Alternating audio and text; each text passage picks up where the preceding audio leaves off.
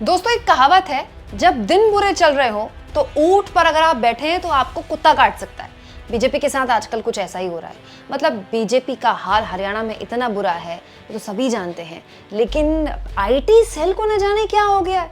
मैं तो कहती हूँ लोकसभा चुनाव के दौरान ही बीजेपी आईटी सेल ने इतना खराब काम किया ना, इतना खराब काम किया कि जितने भी लोग आईटी सेल में काम कर रहे हैं, एक तो सबसे पहले मोदी जी को सबको नौकरी से निकालना चाहिए। दोस्तों बीजेपी के आईटी सेल की मजबूती थी इनोवेशन। दोस्तों बीजेपी के आईटी सेल ने जिस तरह से पिछले हाल के सालों में विपक्ष के नेताओं का मजाक उड़ाया, उनके लिए अलग अलग तरह के मीम्स शेयर किए, एडिटेड वीडियोस शेयर की, उसके बाद उनको वायरल की, उसके लिए एक नैरेटिव खड़ा किया, ये अपने आप में एक उदाहरण है कि किस तरह से आईटी सेल की ताकत से आप लोगों के दिमाग में अपना नैरेटिव पेश कर सकते हैं। लेकिन दिक्कत वही है ना, वक्त बदल गया, हालात बदल गए, लेकिन आईटी सेल बदलने को तैयार ही नहीं है।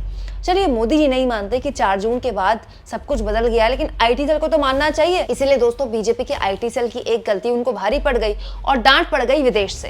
दोस्तों अवी डांडिया जो कि कांग्रेस समर्थक हैं, उन्होंने एक वीडियो शेयर किया है बीजेपी के आईटी सेल को मुंहतोड़ जवाब देते हुए।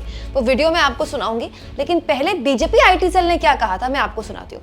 राहुल गांधी हरियाणा में लगातार रोड शोज कर रहे हैं, अपनी विजय संकल्प यात्रा कर रहे हैं। इस बीच वो हरियाणा की जलेबी का जिक्र करने लगे और उसकी तारीफ करने लगे। वहां उन्होंने जलेबी के फैक्ट्री में बनने की बात कही। इस पर बीजेपी आईटी सेल ने उनका बहुत मजाक उड़ाया। सुनिए राहुल गांधी ने क्या कहा था। इससे आपको पूरी हरियाणा की हालत पता लग जाएगी। सबसे पहले जैसे ही मैंने आज ये गाड़ी में जलेबी चखी, मैंने अपने बहन को सीधा मैसेज भेजा। मैंने कहा प्रियंका को जलेबी बहुत अच्छी लगती है।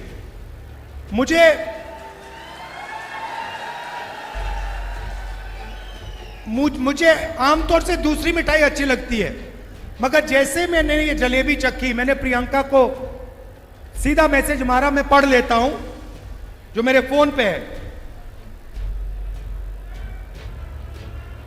मैंने कहा प्रियंका, आज मैंने अपनी लाइफ में सबसे अच्छी जलेबी खाई है। लिखा है यहां पे कि मैंने अपनी जिंदगी में सबसे अच्छी जलेबी आज खाई है। मैं तुम्हारे लिए आज शाम एक डब्बा लाने जा रहा हूं। अब इसमें हरियाणा के एक व्यक्ति का खून पसीना है। पूरा कॉन्सेप्ट उन्होंने बनाया, सालों से ये काम कर रहे हैं। होना क्या चाहिए, जैसे मैंने आज दीपेंद्र से गाड़ी में कहा, पुनिया जी से गाड़ी में कहा, होना क्या चाहिए कि ये जो आपकी जलेबी है पूरे हिंदुस्तान में जानी चाहिए। और उसके बाद बाकी देशों में, अमेरिका में, जापान में, अलग अलग रूप लेते हुए इसको दूसरे दूसरे देशों में जाना चाहिए। आज इनकी दुकान में कितने लोग काम करते हैं? इनकी दुकान में कितने लोग काम करते हो? मान लो इनकी दुकान में आज 100 लोग काम करते हैं, तो अगर इनकी जलेबी बाकी हिंदुस्तान में जाएगी, बाकी दुनिया में जाएगी, तो शायद उनकी फैक्ट्री में एक दिन 10,000, 20,000, 30,000, 50,000 लोग काम कर सकें।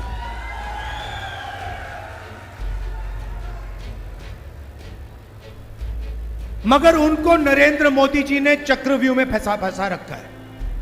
जैसे यहां पे महाभारत में, कुरुक्षेत्र में अभिमन्यु को फंसाया गया था, वैसे ही इन्हीं को, मथुराम जी को चक्रव्यूह में फंसाया गया है। कैसे फंसाया? सबसे पहले नोटबंदी, उसके बाद गलत जीएसटी, उसके बाद अरबपतियों को, 2-3 अरबपतियों को बैंक का सारा पैसा पकड़ा दिया।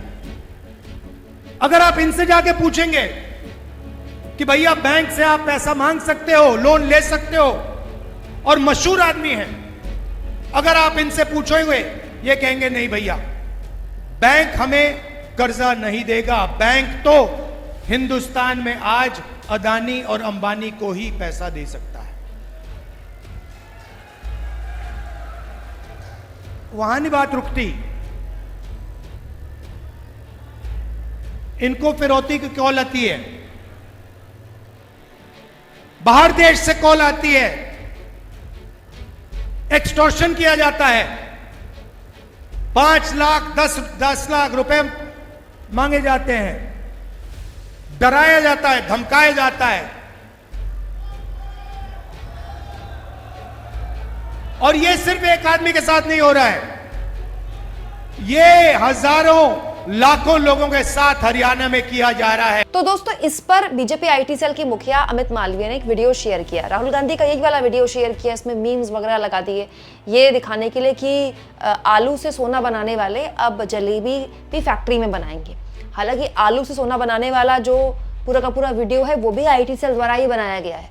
राहुल गांधी ने कभी ये नहीं बोला आलू से सोना वो बनाएंगे, लेकिन वो भी एडिट कर करके बीजेपी आईटी सेल ने इतना प्रोपोगेट किया कि उसको उसके बाद बीजेपी के बड़े बड़े नेताओं ने भी आगे बढ़ाया, और वही काम बीजेपी आईटी सेल जलेबी के साथ करना चाहती थी। दोस्तों, राहुल गांधी का ये कहते हुए, मजाक उड़ाते हुए कि देखिए, राहुल गांधी को इतना भी नहीं पता कि जलेबी तो मिष्ठान भंडार यानी कि हलवाई की दुकान यानी कि किसी मिठाई की दुकान में बनती है, जलेबी थोड़ी फैक्ट्री में बनती है। हालांकि ये भी बड़ी अजीब सी बात है कि आईटी सेल वालों को इतना भी नहीं पता कि अब तो हमारे देश में नहीं, दुनिया भर में दुनिया नमान की चीजें न केवल फ्रोजन आ रही हैं बल्कि पैक्ड भी आ रही हैं। अब आप बड़े बड़े ब्रांड्स दोस्तों, हल्दीराम के उसमें समोसे पैक्ड आते हैं, बहुत से आप ब्रांड पे चले जाइए जिसमें मोमोज फ्रोजन आते हैं, और तो और अब तो थेपले भी पैक्ड आने लगे हैं, रोटियां भी ये पैक्ड आने लगी हैं, बस आपको घर में आकर उनको गर्म करना होता है।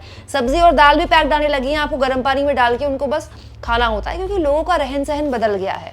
और हमारे देश की ऐसी बहुत सी मिठाइयां हैं जो विदेश में जाती हैं पैक्ड होते हुए। इसकी एक वीडियो अभी डांडिया ने शेयर कर दी। दोस्तों, अभी डांडिया जो कि अमेरिका में रहते हैं और वहां की लगातार वीडियोस शेयर करते रहते हैं। अभी डांडिया ने विदेश में भारत की जलेबियां, जी हाँ, पैक्ड जलेबियां जो फैक्ट्री में बनी हैं, उनकी वीडियो शेयर की है। तो जाहिर सी बात है, इतने बड़े बड़े ब्रांड्स की जलेबियां, काजू कतली, रसगुल्ले या गुलाब जामुन जब विदेशों तक जा रहे हैं तो मिष्ठान भंडार में तो बन नहीं रहे होंगे, हलवाई तो उनको बना नहीं रहा होगा, फैक्ट्रियों में बन रहे होंगे, बड़ी साफ सफाई से बन रहे होंगे। उसके बाद इसका भी ख्याल रखा जा रहा होगा कि उनकी एक्सपायरी डेट कम से कम 3 महीने, 4 महीने, 5 महीने की हो, क्योंकि वो यहाँ से विदेश में जाएंगे, फिर वहाँ उनको रखा जाएगा। और हमारे घरों में तो दोस्तों दिवाली की जो सोन पापड़ी हम एक दूसरे को आगे पहुंचाते रहते हैं, आप जरा उसकी एक्सपायरी डेट देखिए, उसकी तो एक्सपायरी डेट 8-9 महीने होती है। तो सोन पापड़ी जो दिवाली में हमारे घरों में आती है, या फिर रसगुल्ले आते हैं या गुलाब जामुन आते हैं जो पैक्ड डिब्बे में आते हैं, वो क्या 2 दिन में खराब हो जाते हैं? वो भी तो 6 महीने में या 4 महीने में या 5 महीने की एक्सपायरी डेट लेके आते हैं ना। तो क्या वो मिष्ठान भंडार में बने होते हैं क्या? फैक्ट्री में ही तो बनेंगे। लेकिन वही बात है ना, बीजेपी आईटी सेल मानने को तैयार ही नहीं है कि चीजें बदल गई हैं, आइडियाज की भारी कमी हो गई है। अब इस तरह से राहुल गांधी का मजाक उड़ाया, बताइए दोस्तों। सच्चाई ये है कि जब तक जनता नेता का मजाक उड़ाती है, नेता मजाक बनता है, लेकिन जब जनता नेता को स्वीकार कर चुकी है तो आप उसका कितना भी मजाक उड़ाएं, अब मजाक नहीं बन पाएगा। मोदी जी अपने भाषणों में कुछ इनोवेटिव तो कर नहीं पा रहे। मैं तो कहती हूँ कम से कम आईटी सेल को अपने आइडियाज में कुछ इनोवेशन लाना चाहिए, नहीं तो ऐसे ही इंटरनेशनल बेइज्जती होती रहेगी। बताइए, विदेश से अभी डांडिया ने भेज दिया आईटी सेल को दिखाने के लिए कि देखिए भारत से आई है जलेबी, अब ये भी तो फैक्ट्री नहीं बनी होगी। दोस्तों, बीजेपी आईटी सेल के लोग जो एकदम नकारा काम कर रहे हैं, एकदम बेकार आइडियाज के साथ काम कर रहे हैं और मोदी जी की किरकिरी करा रहे हैं, ये क्या शोभा देता है?